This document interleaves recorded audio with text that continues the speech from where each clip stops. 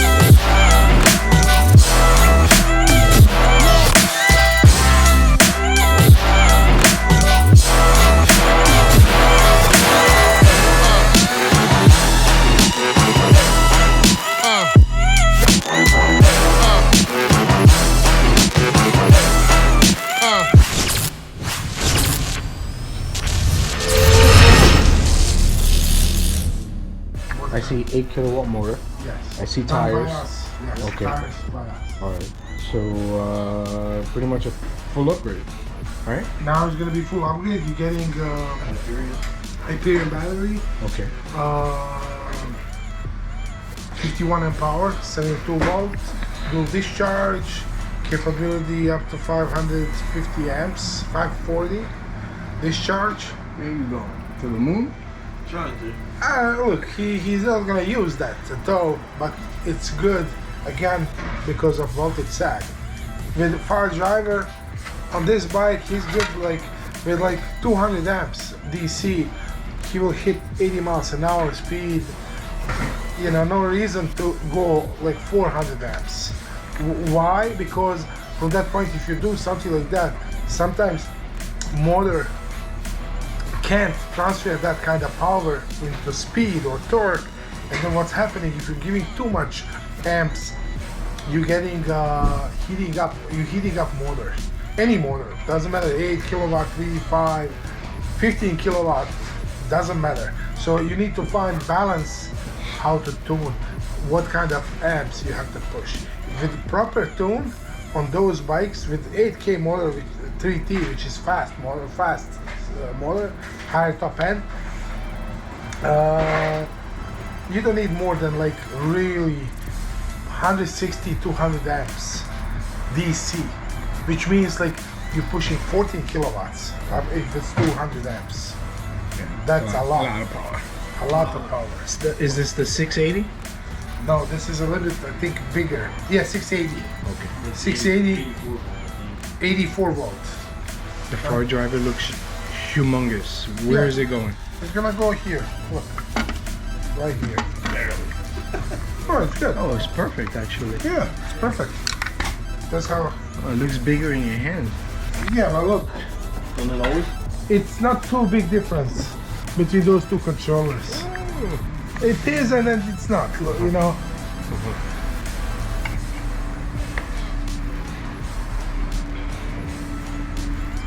I'm excited for you. Oh, you never know when someone wants to race with pinks, you know what I mean? All right, so your name is Matt. Matt, and you're riding a ONYX RCR. All right. I believe it's 2001. one. Why? Why did you choose ONYX? I'm just curious. The size, the power, the range for sure. I always had range anxiety like most people do, and this one came with the 40 amp hour battery or 41 amp hour battery, so actually solves the whole bike. The guy who makes it easy. Oh, really? I hope he gave it to you at a good price. 2 grand? Look at that. Not bad at all. What happened? A salt. No, cool. A poster, right? Oh, A poster. Yeah, that's his bike. Yes, I I have to edit that part out. Yes, I didn't want to say. I just want to like Soul's bike with Tapia seats. Oh my god. That's why he's saying yes. I changed it because I didn't want to say it because of the camera.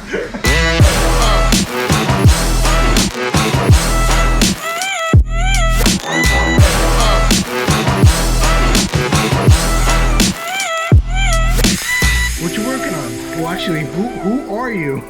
By the way. I'm DJ SoundZzz from Brooklyn, New York, and we're doing a control upgrade on this ONYX. Now, SoundZzz, I know you from YouTube. So you say you're in Brooklyn. Yep. What part of Brooklyn and what is it that you do over there? East New York, Brooklyn. We do pretty much anything as far as repairs, modifications. I'm known for performance upgrades, so people who want to go fast, they'll call me up, bring the bike by, I'll have my partner pick up the bike, bring it back, soup it up, ship it back out, or the owner usually comes pick it back up, test rides it, goes crazy. It's a beautiful thing, beautiful. All right, I heard go crazy, and I heard upgrade, and I heard speed. So when I hear all of that together, I am just curious. What do you have like on your record? What do you have to showcase what you've done? Talk to me about speed. Well, lately the latest bike that I have, it's a RZ, it's a bigger bike, has more weight to it, and right now we went as far as 124. We went as far as 124 with the bike. I haven't shown that yet, but 124 miles per hour. Yeah. So the bike is pretty fast. So that's what I actually let people come over test ride, and they blown away when they ride it. Yeah, it's crazy, it's insane. Okay, so you say you haven't released that, so is that something that they could go to your channel and see? Shortly, yeah, when I post it, yeah. Okay. Yeah, what's the ETA on that? Because I'm interested. I want to see that. Well, we're going into a new year, so that might be the start. Start off the new year, right? Yeah. Oh my God, 124 miles an hour. Yep. All right, I wasn't recording. I'm recording now. You did mention Suron, and I cut you off just so I could get it on film. But what was it that you were saying about Suron? So originally the plan was to take the Suron and make it go over 100, but I felt I was a little nervous with that, so that's why we went for the RZ. So we kind of capped it off at 80 and really top speed of that one. But we do have another one that we're potentially making them a little faster than that one. So it's in the works. So. All right. What's the fastest Suron you put together? At the time, it was mine actually. Everybody was still rocking 60 volts, so I went for 72, and I went on the highway with it. I was blowing past cars, so I modded probably by 80, I would say, at the time. Yeah, that's great. Yeah. You said at the time, you said everybody was still rocking 60 volts, so that was a long time ago. Yeah, it was a long time. So I have an original battery in the bike still, so what does that tell you, A long time ago, yeah. And you were rocking 80 miles an hour. Yeah. I can only imagine. Oh, do you want to talk about like the combination that you put together to reach those speeds? Yeah, it was just basically battery and Sabaton 200 controller. I didn't start off that. No, actually, no. At the time, it was a 150, and then we bumped it up to 200. Yeah. Real nice. I have a Suron, right? Yes, I do. I actually reached out to you to see, what you want to do with that thing. I want to make it go fast. Yes, I figured as much. All right, so you said the bike is still kicking? The bike is still kicking. I now just use it for wheelies in the neighborhood. Take it out. It's a lot of windy days, so the bike is light. So take it on the highway, it's swaying me like crazy. So I get a little nervous with that. So take it, do some wheelies, have fun with it. Maybe that's something you can help me out with also. I come from a motorcycle background. Okay. I haven't ridden a motorcycle in, I don't want to say on camera how long, but a long time ago. Right. But I used to be able to do wheelies, and I was starting to learn to do endos before my son was born. Okay. And once he was born, I just got rid of all my toys. Gotcha. But that's definitely something that I might work on this winter. Okay. To try to come start my 24 with something different, some different concept. All right, definitely. All right, I'm going to Brooklyn. Anderson. So this is for the ONYX? Yes, preparing dual discharge for FarDriver controller for installation that we're just doing now. Helping hands? Yeah, jig is always good to have. We're preparing now wires. What gauge is that? 8 gauge. 8 gauge is like usually minimum for discharge that you're using on those high powered bikes. 8, 7, 6 depends. 6 I like thickness, but it's sometimes it's very stiff inside of the bike, you know, it's hard to manipulate. So even those wires that we're using, it's all of them they silicone wires. Right. Yeah. It's you said 8 gauge, right? But it's This is still 8 super fat. Yes, it is. And on top of that, you said dual, right? So you're gonna have two of these. Yes, correct. So what I'm doing now, I'm pre-soldering this part.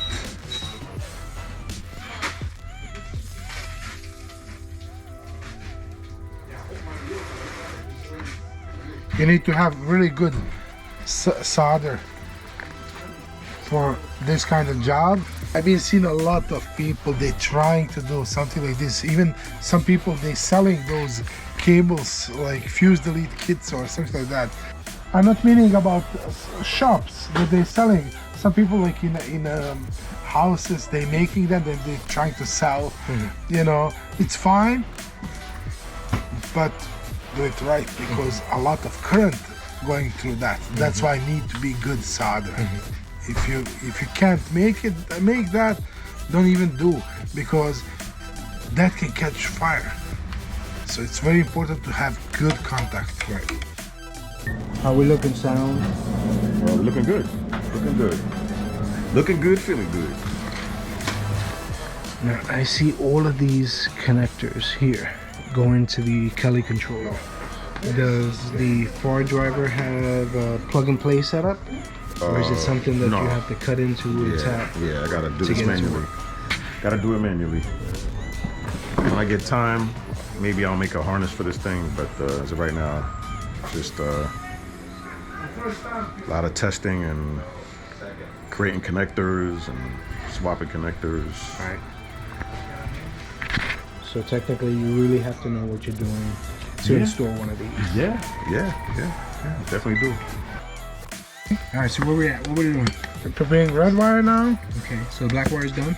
Black wire is just pre-soldered. Okay. Pre-solder helping us to solder easier. Waiting the solder to heat up. Now it's good. Don't do too thick this. You need to do a little bit just to stick around the wires. When you have all over, then now I will be able to heat up, because I did all walls around. I did that already. So now, let's say if I hold here, it's gonna heat whole thing, and now I can maybe melt more solder in the middle. But look, now works that part. Now before no, because it's So super fat. thick. Yeah, it can. So very important part, when you have those two connectors, Yes. when you have to solder any of them, use opposite side. Why? Because if you overheat, let's say we're doing now male, if you overheat this plastic around can melt, first thing. The other thing, this can be crooked. And then third thing is gonna lose, it can lose anti-spark, especially on this part, because this part is anti-spark. So it's very important to have opposite side. What we're getting with this opposite side, we're getting heat, so it's not gonna melt everything, and then also keeps those connectors straight. Gotcha. Even if we melt a little bit more, it's gonna keep straight everything. That's why it's very important to have opposite side. No matter which one we're soldering, it's good to have opposite side connector. That's like a trick how to do that. Me, I always thought that this was the female end. And when we talked about it, you told me this was the male end. The reason being I thought this was female was because of the plastic part, that it was open No. and something goes inside it. Kind Yes, of like a plastic. penis You're into not- a vagina. Yes, but this is the penis. That's the penis. This. And this is So that's the vagina. male side. This is the vagina. This is the hole. Hole Okay. is here. This is the Male side. this is the tip that goes inside. Okay. I might have to blur that out. Connector. Alright, so here we have a Super 73 RX that has been fully upgraded. He has the bag from Vinyl by Bobby. Chris Customs front and rear wheels over here. I think it's a 100 amp Sabaton controller, and not exactly sure of which battery, but I believe he's getting a 72 volt 51 amp hour battery for this guy. Oh, can't forget the Supernova for his brake / tail light. These wheels were fitted with the Michelin City Grip 2. You have a 140/70 by 16 on the rear and a 100 by 80 by 16 on the front.